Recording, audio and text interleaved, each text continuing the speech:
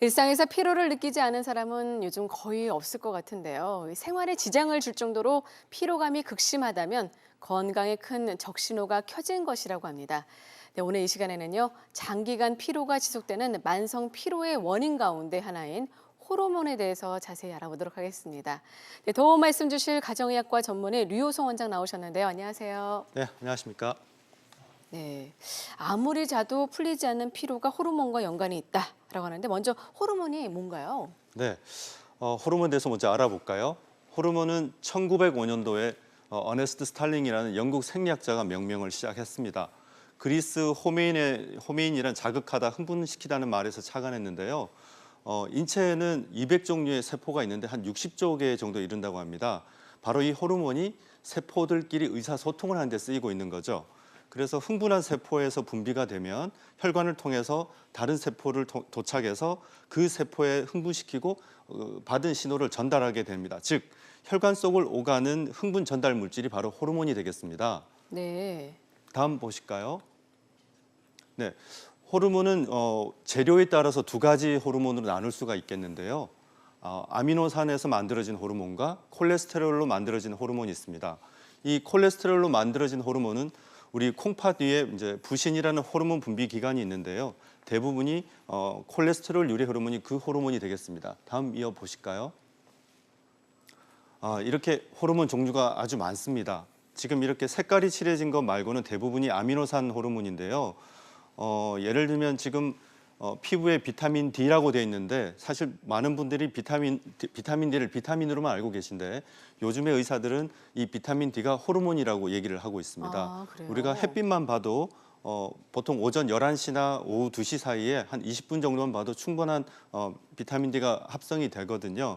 이 네. 비타민 D 같은 경우에는 우리 면역에도 관계되고 그리고 애들 뼈를 튼튼히 하거나 골다공증 예방이나 성장에도 도움이 되는 걸로 알려져 있습니다. 네. 그러니까 아미노산과 콜레스테롤 유래 호르몬 이렇게 두 가지 종류가 있다고 하는데 우리 몸에는 어떻게 좀 작용을 하나요? 네, 네. 두 가지 호르몬이 작동하는 방식이 좀 차이가 있는데요. 네. 편의상 이제 아미노산 유래 호르몬을 호르몬 A라 그러고 콜레스테롤 유래 호르몬을 B라고 하겠습니다. 아미노산 유래 호르몬은 혈관을 타고 이동하다가 세포를 만나게 되면은 세포막에 있는 수용체를 만나서 효과를 발현하게 되고 호르몬 B라고 얘기했던 콜레스테롤로 만들어진 호르몬은 이 세포막은 그냥 통과해서 핵에 있는 수용체를 만나가지고 작용을 하게 됩니다. 여기서 호르몬 작용이 이제 건강을 하게 되는 이제 비결이 숨어 있는데요. 아미노산 유래 호르몬은 결국은 단백질을 원료로 하기 때문에 이 단백질을 잘 섭취하고 소화, 네. 흡수하는 것이 관건이 되겠고요. 호르몬 B라 칭했던 콜레스테롤 유래 호르몬은 세포막 기능이 좋아야 되는데 다음 슬라이드 잠깐 보실까요? 네, 이게 우리가 흔히 얘기하는 이제 세포의 구조입니다. 세포의 단면이 되는데 이 세포막을 보면 자세히 보면 이렇게 이중 지질 구조로 되어 있습니다. 이 세포막을 아까 콜레스테롤 호르몬이 잘 통과해야 되는데 이 지방으로 되어 있는 이 세포막을 잘 우리가 이제 건강을 표현하는 게 유동성이라고 표현하는데 네. 이 유동성에 도움을 되는 것이 바로 닭과 불포화 지방산으로 알려져 있는 오메가3가 되겠습니다. 오메가3 섭취를 잘 하는 것도 호르몬 기능을 좋게 하는데 도움이 되겠습니다. 그렇기 때문에 그러면 이제 말씀 들어보면은 단백질하고 지방 섭취를 좀 잘 해야 되겠네요. 네. 네. 근데 일부는 맞고 일부는 틀리다고 할 수 아, 있겠는데요. 그래요? 섭취뿐만 아니라 좀 전에 해드렸다시피 소화하고 흡수하는 것도 문제가 되겠고 네. 그 외에도 이것을 조절하는데 이제 신경계가 아주 크게 작용하고 있습니다. 인간의 신경계를 보면은 중추신경계와 말초신경계로 나뉘는데요. 우리 흔히 아시다시피 이제 뇌에서 출발하는 중추신경계 그리고 척추까지를 우리가 얘기를 합니다. 그리고 이제 사지 말단으로 뻗어나가는 체성신경계하고 이 몸통 안 모든 내부 장기를 조율하는 자율신경계가 있는데요. 이 자율신경계는 척추 앞과 옆에 31쌍이 존재를 하고 있습니다. 이 자율신경계를 다시 말씀드리자면은 신체 내부 장기의 기능 및 항상성을 조절한다고 조금 전에 말씀을 드렸는데 혈관 수축뿐만 아니라 침샘이라든지 눈물샘 그리고 호르몬 분비에 바로 관여를 하고 있기 때문에 자율신경계가 중요하다고 말씀드리는 겁니다. 그리고 소화기 운동이나 방광 운동까지도 조절하고 있죠. 다음 보실까요? 예. 그런데 이 자율신경계는 여기 보시다시피 이게 이제 자율신경계 절이 되겠습니다. 근데 이 척추 안에 있는 채성신경계와 연결이 돼 있거든요. 그래서 우리 흔히 그냥 아이고 허리야, 아이고 목이야, 어깨야 그러시는데 이 척추신경을 통해서 느끼는 이 통증이 자율신경계에 영향을 미친다는 겁니다. 그리고 아까 말씀드렸다시피 이 자율신경계는 내분비계에 영향을 미치기 때문에 통증하고도 내분비 건강하고도 상관이 있는 것이죠. 아, 그래서 우리가 허리가 아프면은 이제 다 통증으로 느낄 수 있는 게 바로 그런 네네. 원인일 것 같은데요. 이 중추신경이 호르몬 분비 조절을 역할을 하고 있다라고 알 수가 있겠는데 어떤 내용인지 좀 구체적으로 설명 호르몬 분비 부탁드리겠습니다. 중추에서 좀 조절하는 거 다시 자세하게 말씀을 드리자면 네. 뇌하수체라고 흔히들 아마 들어보셨을 겁니다. 이 뇌하수체가 여기 가운데 중심에 보시는 이 주머니처럼 돼 있는데요. 이 위에 시상하부가 있고 시상하부 아래에 바로 있는 것이 뇌하수체가 되겠습니다. 뇌하수체는 전엽과 후엽으로 두 가지로 나뉘어지는데 보시다시피 갑상선이라든지 콩팥에 있는 부신 그리고 난소나 정소, 뼈나 근육까지 이 신체 각각에 흩어져 있는 내분비 기관을 자극하는 호르몬을 분비하는 것이 뇌하수체가 되겠습니다. 그리고 이 시상하부에 보면은 이 노랗게 보이는 이 선들이 있는데 이게 바로 신경다발이거든요. 그래서 신경계가 호르몬 분비 중추의 중추를 조절하신다고 보시면 되겠습니다. 네. 방송 중 궁금한 점 있으신 분들은요. 026938-2060, 026938-2060으로 전화 주셔서 류호선 원장과 직접 상담 나눠보시기 바라겠습니다. 지금 전화 주세요.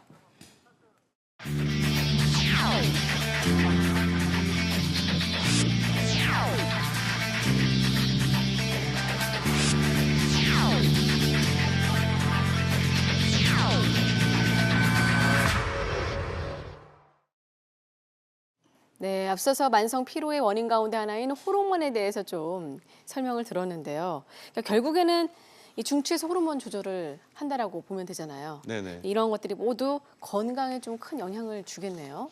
네, 그렇죠. 척추 건강이 단순히 통증뿐 아니라 자율신경계와 내분비 건강에 많은 영향을 미치게 되는데요.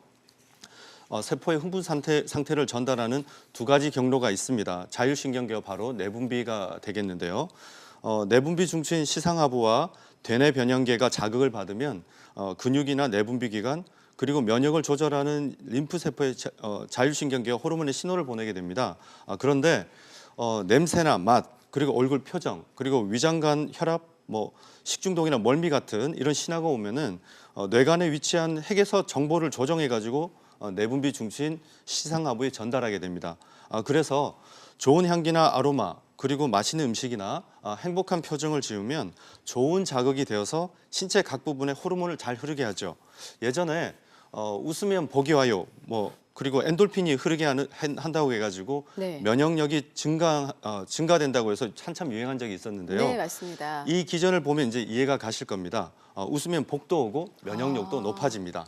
그렇군요. 웃으면 복이 오고 면역력이 높아지니까 좀 많이 좀 웃으셔야 될 것 같습니다. 근데 그 좋은 감정이 그 호르몬과 아주 밀접하게 연결이 돼 있다라고 할 수 있는데 호르몬 그러면 건강을 높이는 방법 또 어떤 게 있을까요? 네. 네, 호르몬 건강과 관련 있는 것을 몇 가지 더 살펴보겠습니다. 신경은 전기 신호로 정보가 전달되는데요. 신경 말단부에 이르면은 이 신경 전달 물질이라는 화학 물질의 확산의 형태로 바뀌게 됩니다. 네. 그런데 이 신경 전달 물질의 90% 이상이 바로 장에서 만들어지는데요. 다음 슬라이드 보실까요? 그래서 장 건강이 신경 건강에 영향을 미치게 됩니다.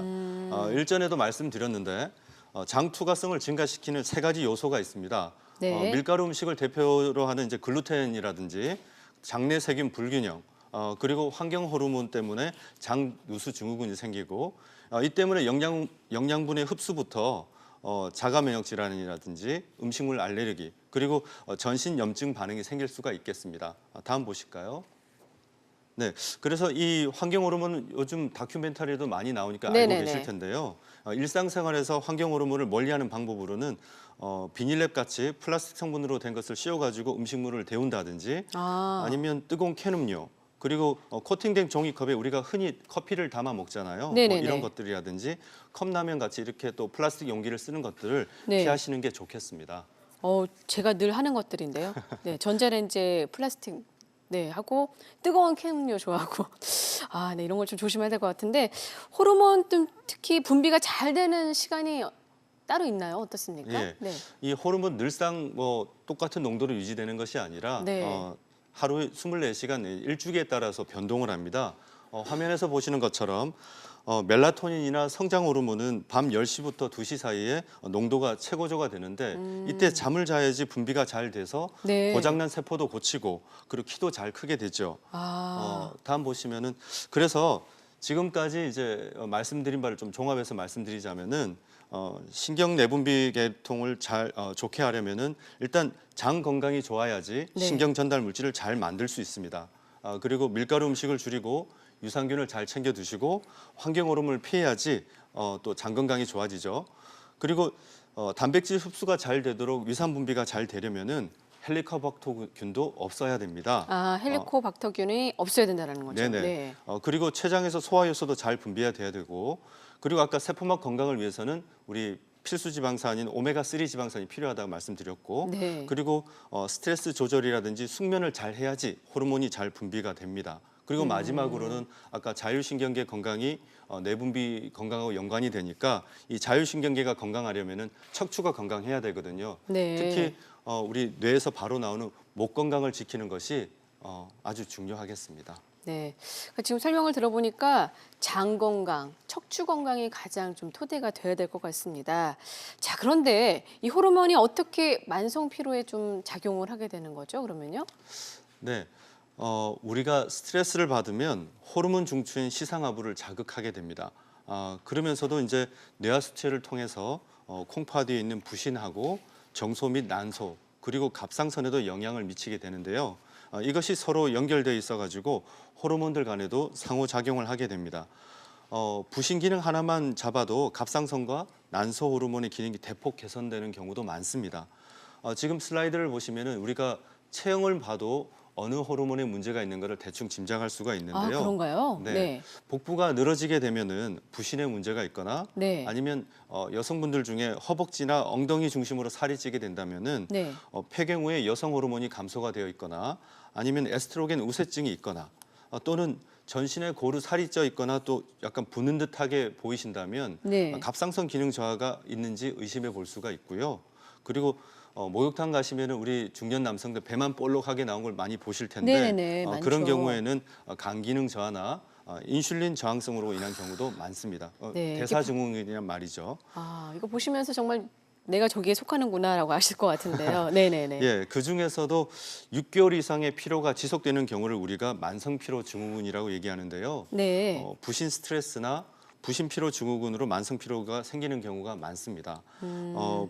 부신 호르몬의 과도한 자극이나 고갈로 인해 가지고 피로감이나 잦은 감염, 알러지 증상, 의욕 저하, 그리고 어지럼 같이 다양한 증상을 나타내는 게 특징인데요. 원인으로는 주로 나쁜 생활 습관이라든지 환경 호르몬, 스트레스, 장루수 증후군 등이 있겠습니다. 네.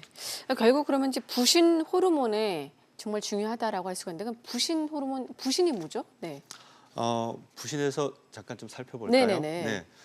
부신은 콩파디에 있는 저렇게 고깔처럼 생긴 내분비 기관입니다. 마치 네. 집 보일러처럼 네. 외부의 찬바람으로부터 온기를 유지하는 그런 역할을 하는데요. 기본적으로 외부의 자극으로부터 우리 몸을 지켜내는 그런 호르몬을 분비하는 데 관여합니다. 다음 보실까요? 부신 호르몬은 4가지로 분류할 수 있겠는데요. 우선 가장 안쪽에 부신 수질이라 하는 곳에서는 아드레날린이 나오고요. 네. 우리 몸의 혈관 수축이라든지 혈압 조절을 담당합니다. 그리고 맨 바깥쪽부터 염류 콜티코이드라고 알도스테론이라고 하는데 수분 조절을 한다든지 전해질 균형을 담당하고 그리고 콜티졸이 나오고 이것은 혈당을 조절하든지 항염 조절을 합니다. 그리고 마지막으로는 성호르몬 일부가 분비가 되고 있습니다. 그러면 이제 부신피로 증후군의 원인과 또 부신피로 증후군이 발생했을 때 느낄 수 있는 증상이 좀 궁금한데요. 네. 네. 부신피로 증후군의 원인과 증상을 좀 살펴보자면 원인으로는 아까 말씀드렸던 대로 밀가루 음식이나 탄산음료 같이 이런 가공식품을 자주 먹거나 네. 잦은 음주를 한다든지 흡연 같은 경우도 있고요. 경제적 압력 같이 정신적 스트레스 그리고 무리한 운동이나 아니면 아예 운동을 안 하시거나 네. 그리고 수면 부족 등이 만성적인 스트레스로 작용할 때 생길 수 있습니다. 이로 인해 가지고 콜티졸이랑 부신 호르몬이 좀 떨어지게 되면 만약에 자율신경계 이상이 오게 된다면은 소화불량이나 두통, 혈압의 변동 때문에 기립성 저혈압이 올 수가 있고요. 네. 그리고 면역계 이상이 온다면은 감기가 자주 오거나 그다음에 관절 통증, 알레르기 반응이 나타날 수가 있습니다. 또는 스트레스에 대한 대응력이 부족해져서 아침에 일어나기 힘들다거나 아니면 집중력이 떨어지고 그리고 의욕이나 성욕이 떨어지면서 혈당이 떨어져서 저혈당 증세를 경험할 수도 있겠습니다. 네. 네, 방송 보시면요. 네. 만성 피로 증후군에 대해서 궁금한 점 있으신 분들은요. 026938-2060, 026938-2060으로 전화 주셔서 친절한 상담 받아보시기 바라겠습니다. 네, 과거에는 사실 없었잖아요. 없지 않았나요? 6개월 이상 이게 장기간 네. 네, 피로 증후군이 있다는 것. 현대인들이 이렇게 좀 많아지는 이유 아무래도 스트레스입니까? 네. 어떻습니까? 부신 피로 증후군의 원인을 좀 보면은 네. 지금 그림에 보시는 것처럼 아주 다양합니다. 뭐 정신적, 육체적 스트레스라든지 뭐 알레르기, 수면 부족, 그리고 식습관, 커피를 자주 마신다거나 뭐 설탕 같이 달달한 음식 먹는 것도 네. 원인이 되는데요. 다음 보시면은 바로 이러한 거는 방금 말씀하신 대로 현대인들은 유독 많은 이유는 라이프 스타일의 변화가 아닌가 생각이 듭니다. 표에서 보시는 것처럼 현대인들은 잠자리에 드는 시간도 확실히 옛날보다는 좀 늦어지고 네. 그리고 그렇기 때문에 이제 부신 호르몬이나 멜라토닌 같이 이런 성장 호르몬 같이 불균형이 생기면서 세포가 치유될 시간을 못 얻게 됩니다. 뿐만 아니라 가공식품도 많이 먹게 되면서 장 기능이 떨어지고 체내 독소도 증가하면서 이런 문제가 생기는 것이죠. 네. 자, 그럼 어떻게 보면 이제 일찍 자고 네. 좀 충분히 자는 게 제일 중요할 것 같은데 생활 습관 교정이 가장 무엇보다 중요한 치료가 아닐까라는 생각이 듭니다. 부신 피로 증후군 검사 방법과 좀 치료법을 좀 알려주신다면요? 네, 무조건 그렇다고 피곤하다고만 해서 네. 부신 피로 증후군이라 바로 진단할 수 있는 건 아니고요. 일단은 부신 호르몬 수치를 알아보는 혈중 검사가 있습니다. 부신 호르몬은 하루 중에 계속 그 농도가 아까처럼 말씀드린 것처럼 변화가 있기 때문에 네. 그 호르몬 반응을 알아보기 위해서 과거에는 입원까지 해가지고 4차례 이상 피를 뽑았습니다. 아, 그런가요? 예. 네. 그러나 최근에는 침을 통해서 나오는 호르몬도 그에 네. 못지않게 반응을 알아볼 수 있기 때문에 간편하게 집에서도 검사하실 수가 있습니다. 그 외에도 모발 미네랄이라든지 그다음에 부신 상태를 또 유추하기 위해서는 요즘에는 더치 테스트라고 네. 소변통에서 또 하는 검사도 있거든요. 아, 그리고 치료를 또 살펴보면은 말씀하신 대로 생활 습관 교정하는 게 제일 필수가 되겠죠. 네. 규칙적인 생활이라든지 식사, 숙면, 스트레스 조절이 일단 필요하고요. 네. 그리고 피해야 할 음식으로는 정제 탄수화물, 그리고 밀가루가 많은 글루텐 음식이라든지 가공식품, 인스턴트 식품, 잦은 음주 등이 있겠습니다. 그리고 지친 부신을 서포트할 수 있는 부신 영양요법이 있고요. 각종 부신 영양제라든지 도움이 되는 비타민과 미네랄들이 지금 화면에 나가는 것처럼 종류가 꽤 있습니다. 그리고 마지막으로 말씀드리고 싶은 거는 아까 말씀드렸던 대로 이 자율신경계가 연결되어 있는 것이 척추입니다. 네. 그래서 척추 건강 통증이 있으시다면은 도수 치료라든지 요가 그리고 척추 기립근, 척추 뒤를 세워주는 이 근육이 있는데요. 네. 그 근육을 튼튼하게 하기 위해서 요즘 코어 엑서사이즈라고 많이 유행하시죠? 예, 네. 중심 근육 운동이 도움이 되겠습니다. 아, 그러니까 틈틈이 좀 운동도 하시고 또 무엇보다도 규칙적인 생활하는 게 가장 좀 중요할 것 같습니다. 자, 또 어떤 호르몬이 또 만성 피로를 좀 유발하게 되나요? 네, 스트레스를 받게 되면은 네. 시상하부를 통해서 부신과 갑상선 모두 자극을 받게 되는데요. 특히 부신 스트레스에 빠질 때 오히려 갑상선 억제됩니다. 그래서 부신 기능 저하가 오게 되면 갑상선 기능 저하가 오게 되고 이로 인해 가지고 세포 대사율이 떨어지면서 피로감도 오고 또 피로 증상 외에도 추위를 탄다든지 살이 잘 안 빠진다든지 기억력이 떨어지고 집중력이 떨어진다든지 이러한 증상들이 나타날 수가 있습니다. 다음 슬라이드 보시면요. 예, 때로는 검사에서도 이 호르몬 저하가 분명한 갑상선 기능 저하증이 있지만 네. 때에 따라서는 갑상선 저하 증상을 보이긴 하는데 검사에서는 대체로 정상 범위를 나타내면서 치료약에도 별로 반응이 없을 때가 있습니다. 네. 예, 실제로 갑상선 기능 저하증을 보이는 정상 갑상선 질환 증후군에서는 초기에는 검사 소견에서는 정상으로 보이는데 증상은 계속 나타나면서 좀 진단을 내리기 애매한 경우가 많습니다. 그래서 네. 알기가 어렵거든요. 그래서 도표에서 보시는 것처럼 갑상선 기능 항진이라든지 정상일 경우에는 특별하게 나타나지는 않는데 이 갑상선 기능 저하가 있을 때 염증 수치가 훨씬 높게 나타나는 그런 논문 자료가 여기 있습니다. 네. 만성 저강도 염증을 일으킬 만한 질환과 관련이 높다는 얘기죠. 예, 다음 슬라이드 보시면 2009년도에 발표된 한 논문입니다. 갑상선 기능이 위 배출이나 위의 운동성, 위산 생산이라든지 이런 장내 미생물 균형과 직접적으로 연관이 있다는 논문입니다. 앞서 소개한 염증 관련성과 장 기능을 연관 지어 볼 때 장 면역에 많은 영향을 끼치는 장누수 증후군에 대해서 내가 혹시 그런 건 아닌지 한번 살펴보는 것도 필요하겠습니다. 이 때문에 네. 밑에 언급되어 있는 것처럼 소변 유기산 검사라든지 음식 민감성 검사 같은 기능의학적 검사를 고려하는 것도 필요하겠습니다. 네. 결국은 어떻게 보면 좀 설명 들으면은 장과 좀 많이 좀 밀접하게 연결이 네네네. 돼 있는 것 같아요. 네, 갑상선 기능 저하 같은 경우에 이제 검사 소견만으로 좀 정확하게 또 진단하기 좀 어렵다라고 하셨는데요. 그럼 좀 어떤 방법이 있을까요? 네. 네, 네 가지 우리 인체 생체 징후에는 호흡수라든지 네. 맥박, 체온, 그리고 혈압 등이 있는데요. 네. 바로 이 처음 세 가지가 속도와 바로 관련이 있습니다. 네. 폐와 심장, 그리고 대사는 속도로 평가하게 되는데 그 속도를 조절하는 것이 바로 갑상선입니다.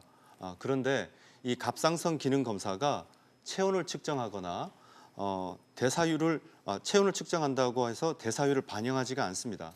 그래서 혈액 검사만으로 갑상선 상태를 제대로 반영하기가 힘든 게 바로 그 이유 때문입니다. 그래서 체온이나 피로감 같은 환자의 임상 증상이 더 중요하다고 볼 수 있겠습니다. 체온을 측정하는 방법으로는 두 가지 방법이 있는데요. 네. 누구나 집에서 할 수 있습니다. 네. 첫 번째는 겨드랑이에 한 10분 정도 꽂아놓고 체온이 36도, 36.7도가 넘지 않으면은 일단 의심을 해볼 수가 있겠습니다. 그리고 구강 내에서 측정하는 방법이 있는데 아침에 일어나자마자 시작해서 3시간 간격으로 하루 3번 측정하는 것입니다. 이때 37도가 넘지 않으면 역시 기능 저하를 의심해 볼 수가 있겠습니다. 네. 그러나 여자분들은 이 생리나 배란을 하시기 때문에 네. 그에 따라서 기초 체온이 변동되는 걸 다 아실 겁니다. 그래서 생리 3일 전에는 오류가 날 수 있기 때문에 그때는 피하시는 게 좋겠고 생리 2일째부터 체온을 측정하셔도 좋겠고요. 컨디션이 제일 좋을 때와 제일 나쁠 때가 또 어떤 차이가 있는지 알아보시는 것도 좋겠습니다. 네. 그리고 갑상선 기능을 평가하는 방법은 지금까지 쭉 얘기해 드렸던 것처럼 체온을 측정한다든지 비활성 갑상선 호르몬이라고 있거든요. 그런 걸 본다든지 아니면 갑상선에 영향을 미친 미네랄을 알아본다든지 염증 정도를 알아보는 거. 그리고 아까 장 건강이 밀접하게 연관이 있으니까 장 기능에 이상이 있는지 이런 것들을 알아보는 그런 평가 방법이 있겠습니다. 네. 그렇기 때문에 좀 만성 피로 증상 있으면 좀 병원에 내원해서 좀 진료를 또 받아보는 것도 필요할 것 같습니다. 만성 피로에서 벗어나려면 갑상선 건강 유지도 중요하다라고 이렇게 설명 들었는데요. 방송 보시면서 궁금한 점 있으신 분들은요. 026938-2060, 026938-2060으로 전화 주시기 바라겠습니다. 네, 지금 전화 주신 시청자와 만나보겠는데요. 여보세요? 여보세요? 네, 안녕하세요. 반갑습니다. 안녕하세요. 네, 조금 더 목소리를 좀 크게 내주시면 감사하겠고요. 어떤 점이 궁금하신가요? 항상 피곤해서요. 잠자는 시간하고는 상관없이 네, 아침에 일어날 때서부터 눈이 졸려온 눈처럼 떠지면서 종일 피곤해요. 네, 나중에는 한 오후쯤 되면 정신도 막 몽롱해지는 것 같고 굉장히 그 외출하는 것도 좀 겁이 나고요. 네. 근데 그게 어떤 날은 더 하고 어떤 날은 덜 하고 그래요. 그래서 제가 한 10년 전에 갑상선 암으로 해서 갑상선을 드러내고 지금 호르몬약을 복용 중이거든요. 아, 그러시군요. 그래서 그 1년에 한 번씩 정기 검진하면서 네, 그 지금 예후를 지켜보고 있는데 아무 이상 없고 그냥 네. 병원에서 처방해 준 대로 지금 약을 복용하고 있는데 뭐 때문인지 항상 피곤해서요. 그래서 전화드렸어요. 네, 전화 잘 주셨습니다. 그럼 원장님 한번 상담 나눠보실까요? 네. 네. 안녕하세요. 안녕하세요. 네, 그러니까 안타깝게 갑상선 암 때문에 수술을 하시고 제거를 하시고 네. 갑상선이 현재 없기 때문에 갑상선 그 합성 갑상선 약을 드시고 있다는 얘기시죠? 네, 네. 예. 이런 경우가 네. 제가 지금 말씀드린 거하고 연관이 참 많겠는데요. 이렇게 단일 갑상선 약물을 드시면서 이 저하증, 뭐 춥다든지 피곤하다든지 하시는 그런 증상을 경험하시는 경우가 많습니다. 왜 그러냐면은 이게 우리 갑상선 호르몬은 우리가 일반적으로 T4라는 신지로이드나 신지록신이라는 그런 제품명으로 나오고 있는데요. 네. 얘네가 체내에 들어가 가지고 사실은 얘는 비활성화된 형태거든요. 네. 근데 이게 몸에 들어가서 활성화된 형태로 바뀌어져야 되는데 네. 전환이 잘 안 일어나는 경우가 꽤 있습니다. 그래서 그래요? 나는 약을 먹고 있는데도 불구하고 갑상선 기능 저하 증상을 경험하시는데요. 이런 경우에 병원에 내원하셔가지고 그런 비활성 갑상선으로 그런 것 많다든지 아니면 전환 장애가 있는지는 아는가 하고 검사를 좀 해보시는 게 좀 필요할 것 같아요. 네. 어떤 검사를 하게 되나요, 그러면요? 그러면 이제 아까 잠깐 언급을 했는데 비활성 갑상선 호르몬이라고 RT3라고 하는 네. 호르몬이 있습니다. 네. 그런 걸 볼 수도 있고 그리고 내가 그런 염증이나 아니면은 갑상선과 함께 자주 등장하는 게 아까 첫 번째 언급드렸던 부신 호르몬 기능 저하가 있거든요. 그러니까 그런 것들이 저하는 있지 않은지 그리고 또 내가 하고 있는 것 중에 실제로 나쁜 식습관이라든지 이런 것들과 연관되지 않는지 살펴보는 게 필요할 것 같습니다. 네. 그리고 무엇보다도 아까 언급드렸다시피 체온을 재보시면 네. 내가 실제로 약을 먹고 있는데도 불구하고 갑상선 기능이 잘 원활하게 되지 않는지 집에서도 쉽게 체크하실 수 있을 겁니다. 집에서는 틈틈이 한번 체온을 재보시고 병원에 가셔서 어떻게 보면 소변 검사를 통해서 지금 말씀하신 것들을 좀 알아볼 수가 있는 거죠. 혈액 검사라든지 네. 소변 검사라든지. 네, 예. 이 두 가지를 통해서 검사를 하신 다음에 자 그러면 병원에서는 어떻게 좀 치료를 하게 되고 집에서는 또 어떤 치료를 거치게 네. 되나요? 그래서 만약에 네. 지금 전화 주셨던 분처럼 체온을 쟀는데 아까 겨드랑이 체온이 36.7도가 넘지 않는다든지 네. 입안에 쟀더니 37도가 넘지 않는지 이러시면 병원에 오시게 되면은 이게 전환이 잘 되는지 아니면 다른 호르몬과 연관은 되는지 알아보게 되는데요. 이럴 때 전환이 잘 안 된다면은 병원에서는 활성화된 형태의 갑상선 호르몬 약이 또 따로 있습니다. 네. 그런 복합제를 처방받는다든지 아니면 아까 말씀드렸던 부신 피로가 있으면은 부신 피로를 향상시켜주는 그런 치료를 받는다든지 그러시면 도움이 될 것 같습니다. 네, 전화 주셔서 감사합니다. 지금 말씀해 주신 거 잘 참고하셔서 치료를 좀 적극적으로 받아보시기 바라겠습니다. 네, 그러면 지금 이렇게 갑상선 호르몬 생산에 도움이 되는 영양소를 조금 더 설명을 해주신다면요? 네, 갑상선 생산에 도움이 되는 영양소를 살펴보면은 철분이나 요오드, 타이로신, 아연이나 셀레늄 같은 거 아마 들어보셨을 겁니다. 네네네. 그 외에도 비타민 B나 C, D가 도움이 되겠습니다. 그리고 아까 잠깐 언급드렸다시피 활성형 갑상선 호르몬으로 전환되는 데 도움되는 거로는 셀레늄이라든지 아연 같은 미네랄이 아주 중요합니다. 또한 말초 세포에서 갑상선 호르몬이 잘 작동하려면은 비타민 A라든지 아연 그리고 운동도 도움이 됩니다. 반대로 갑상선 호르몬에 방해가 되는 것으로는 스트레스나 외상 그리고 극심하게 다이어트를 하신다든지 염증이 있다든지 독소, 감염, 약물 등이 있으니 주의하셔야 될 것 같습니다. 네, 평소 운동도 좀 틈틈이 하시고 스트레스를 좀 멀리 하시는 게 가장 좋을 것 같은데 만성 피로 예방에 도움이 되는 생활 습관 한번 간략하게 설명을 해주신다면요? 지금까지 말씀드렸던 걸 종합해 보자면 아까 호르몬은 일중 변동을 한다 그랬죠. 그리고 이게 농도가 잘 때 많이 분비된다고 그랬습니다. 그래서 숙면하고 그리고 항염 식습관을 통해서 장 건강을 잘 지키고 그리고 중심 근육 운동을 통해서 척추 건강을 잘 지킨다면 이 자율신경계를 튼튼히 해서 호르몬 분비에 더욱더 도움을 받을 수 있으실 겁니다. 네, 지금까지 만성 피로와 호르몬에 대해서 도움 말씀 주신 분은 류호성 원장이었습니다. 오늘 말씀 감사합니다. 네, 감사합니다. 네, 1부는 여기서 마무리 짓고요. 계속해서 2부에서는요. 여성 건강을 위협하는 자궁 질환에 대해서 자세히 알아보겠습니다. 많은 시청 부탁드리고요. 잠시 후 2부에서 인사드리겠습니다.